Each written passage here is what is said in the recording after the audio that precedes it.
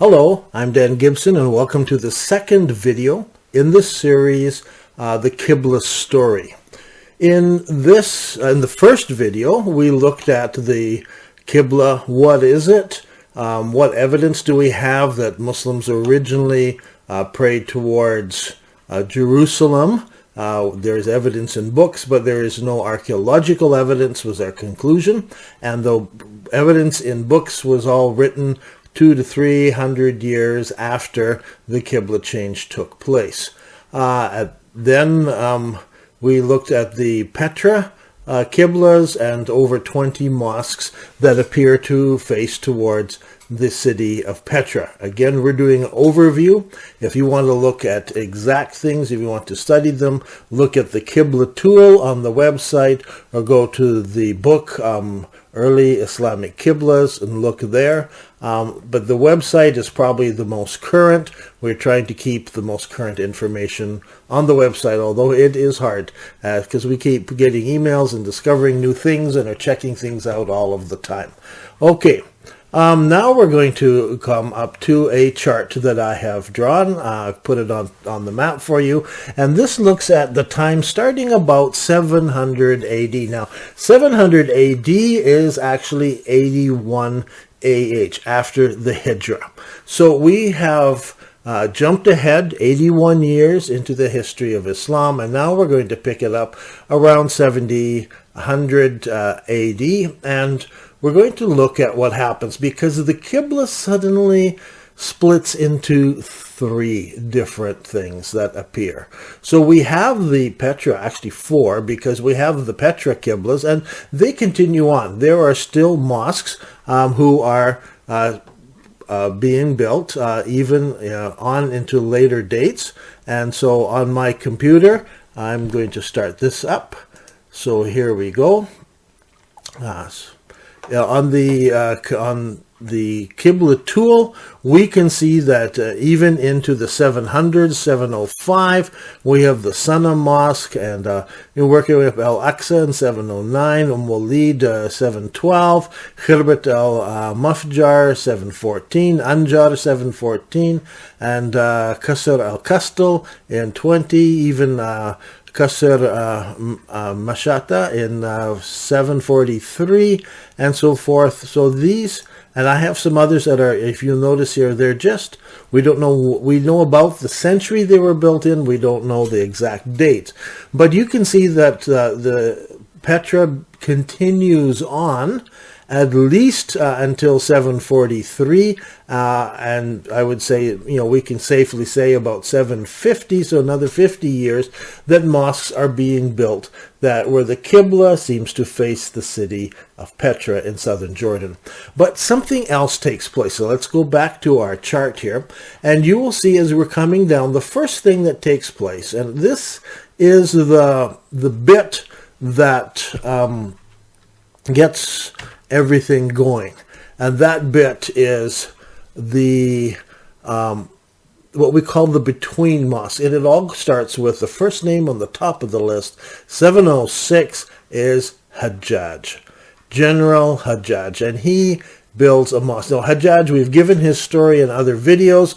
He starts out as a school teacher. He graduates up. He goes off to Damascus. He becomes a leader in the bodyguard of the Caliph. He makes his way up until he is actually appointed to go down to the city that is rebelling against him. We believe it's the city of Petra. And he goes to the holy city. He's told, don't destroy the city, don't kill people in the sacred place, but please go down and put the rebellion down. And so he goes down there, but he writes back and says, I need permission, and he gets permission. He goes in, and there's a bloody battle that takes place between General Hajjaj and the Ibn Zubair and others who are protecting the holy city. We see this all, according to the Qiblas, we see this all taking place in the city of Petra. In the end, General Hajjaj is victorious. He has put down the rebellion, but it's a bloody affair. People are killed in the sacred area.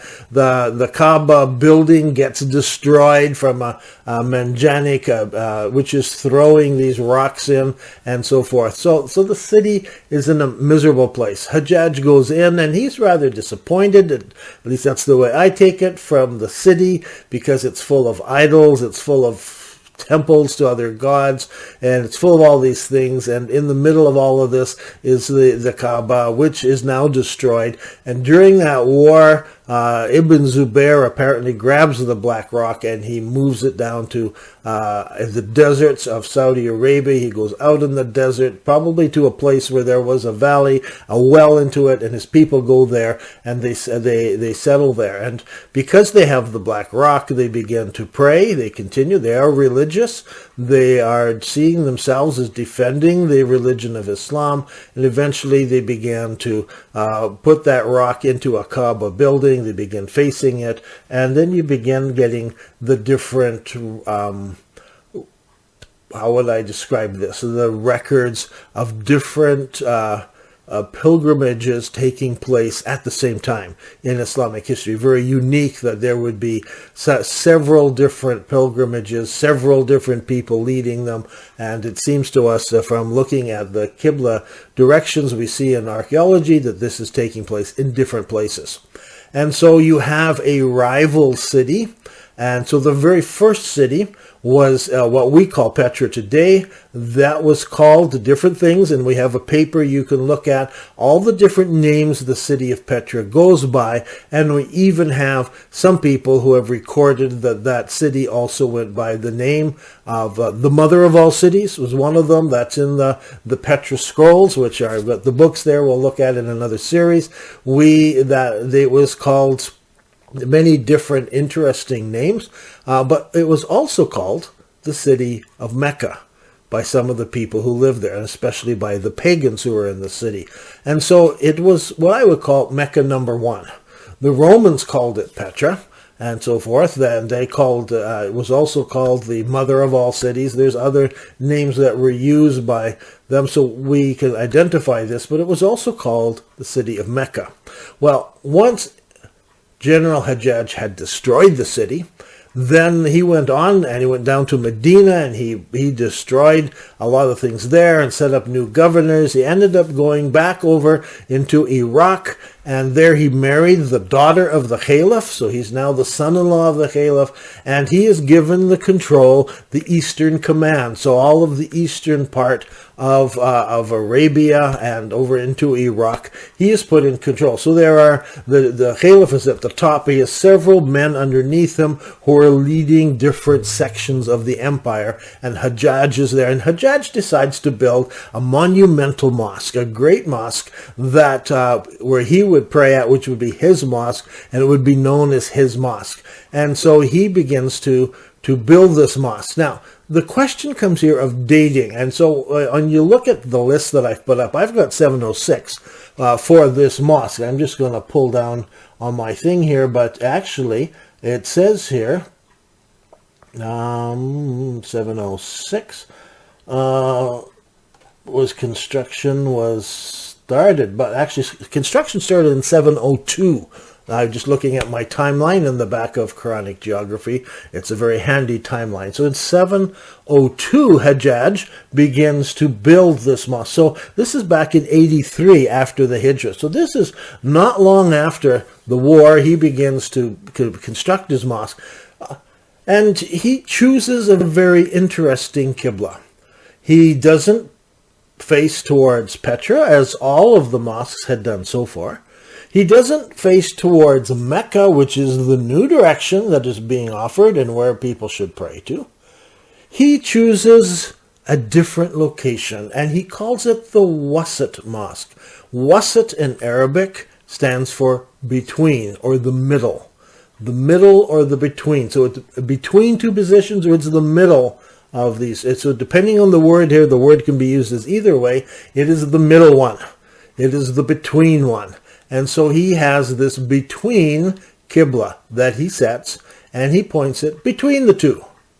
And it's very interesting that mosque is completed in 706, and he has this Al-Walid, the Caliph, allows him to do it. And remember, he's married to this is his son-in-law, who's a very powerful military commander at this time. And so he allows his son-in-law to point his mosque towards the middle one.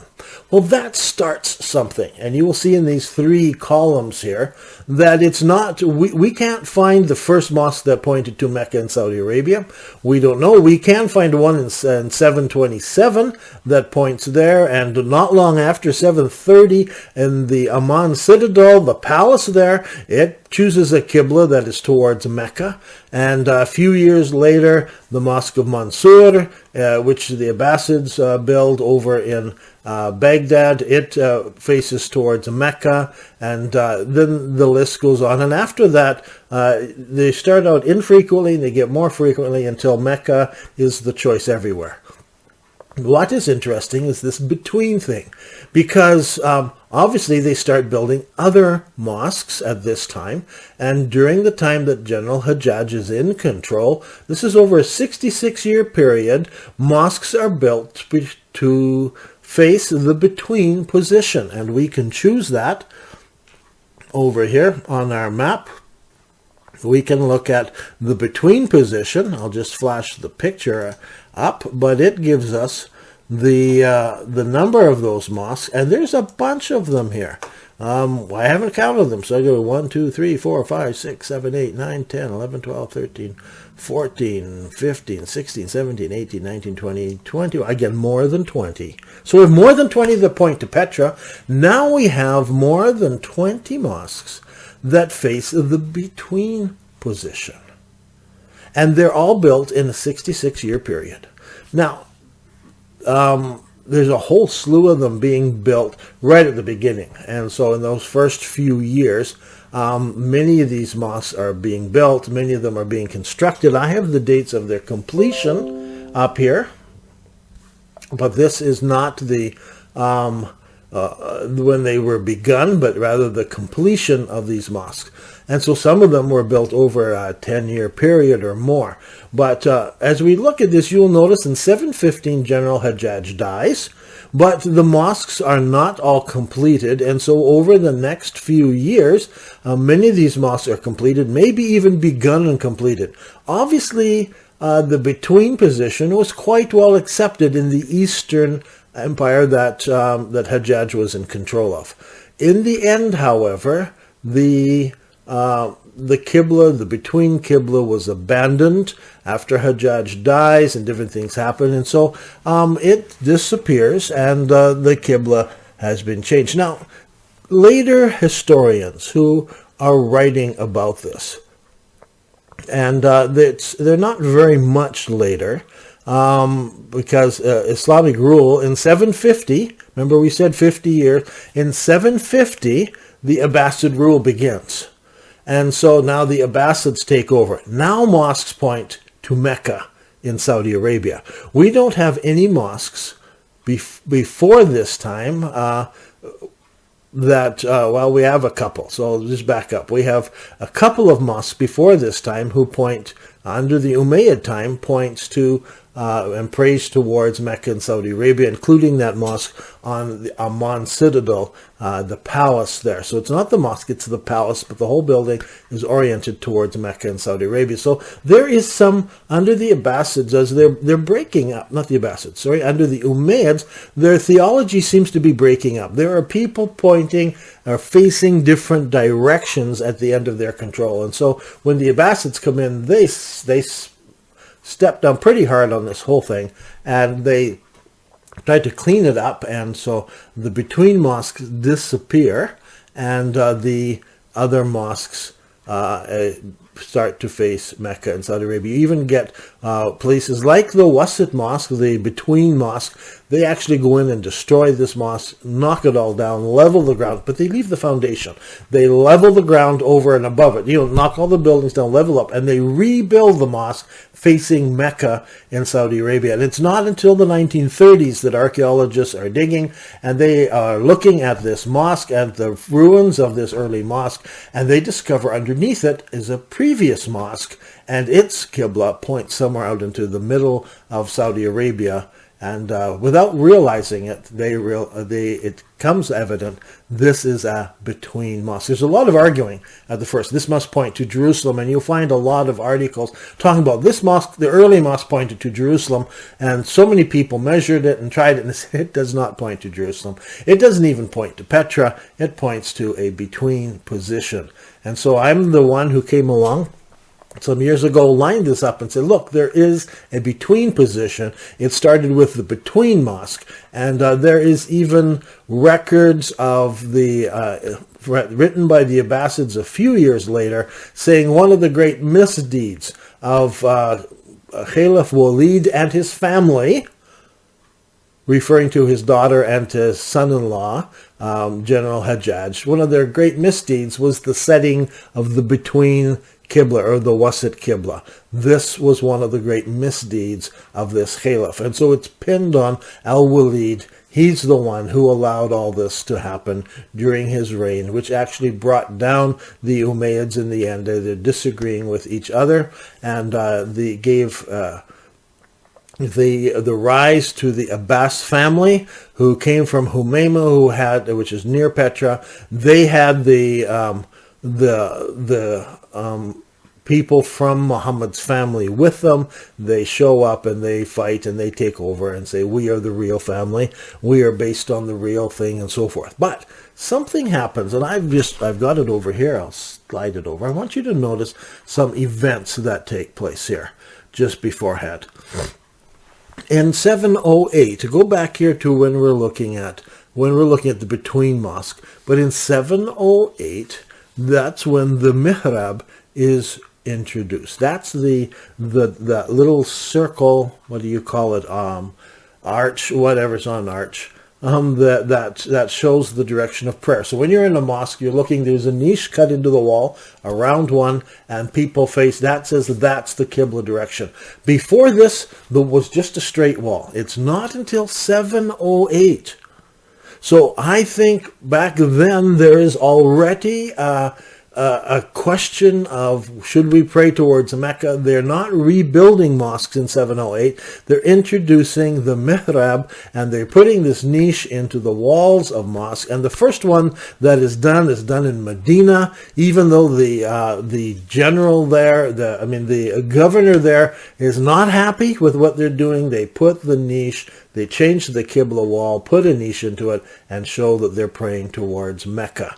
So we have Mecca on one side, we have Hajjaj with his between on the other. And so that's in 708 or 89 after the Hijrah. So, but mosques are still being built towards Petra at the same time as I go down. Now in 710, that's not very much later, 91 after the Hijrah, Khalid al-Qasri, he is appointed as governor of the holy city. And he's very strict, and he enforces unpopular views on people. And so it talks about, this guy came along and he changed things. He made things unpopular. Khalid insisted that the caliph's interpretation of history and religion were correct. If there's any question about history, or if there's any question about religion, then the caliph's word stands. It's almost setting him up like a pope. And when you have a question, he can stand up and speak, and whatever he decides, whatever he says, that is what the religion agrees to follow. So the caliph at that point is put in charge of religion and interpreting religion and history. Very, very important, because the caliph is now taking the lead. He says what goes on. Before this, there were the religious community that would gather and the scholars, and they would discuss things. There were different schools of thought and different legal schools that had risen up and different teachings. But now the caliph is insisting he can interpret history and religion. Why history? Because there's this confusion that's going on. Which direction do we pray? Mosques are pointing here, mosques are facing here, mosques are facing here. And so the caliph says the final word.